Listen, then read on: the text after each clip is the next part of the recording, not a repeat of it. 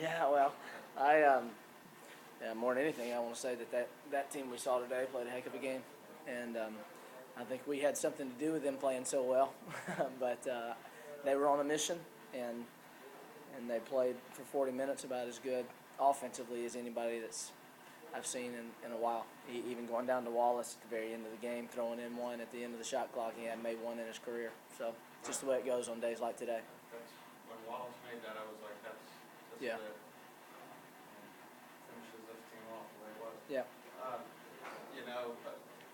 9 for 10 from 3-point range Yeah. is just phenomenal. The guy's just got to be out of his mind. Yeah. Well, he's as dynamic as any shooter in the country. You watch as much video as coaches are forced to watch. You quickly see that he's got the potential to do that every time he plays in a game, and he does it against some of the best teams in the country. Not 9 for 10, obviously, but he's that dangerous. And give him some credit. He made them. 43% coming into the game. So. Yeah, but he's taking 10 a game. He's taking them against, they've played 6 high major opponents. He's taking them at the end of games when they're losing. And so, and he's only 2 for 12 in his last 2 games. So he was near 50%, which when you're a marked man and you're shooting near 50% from three-point line and you're shooting 10 a game, you're a heck of a shooter. Just from your standpoint, is there anything that you could have done to Well, I mean, stop yeah. him? Could you prevent him from getting the ball? Well, we could.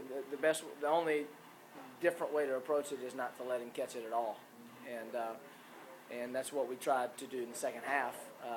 We tried to play some zone too in the second half, but that'll be the next best option. I mean, I think you got to guard him better. There's still going to be times where they're running him off screens and they're, ball screens and dribble handoffs and staggered screens, and so it's not quite so simple as don't let him catch it when you're having to run through other offensive players at the same time. But yeah, obviously we got to do better. Regardless of what approach we take, it's going to have to be better than today's was.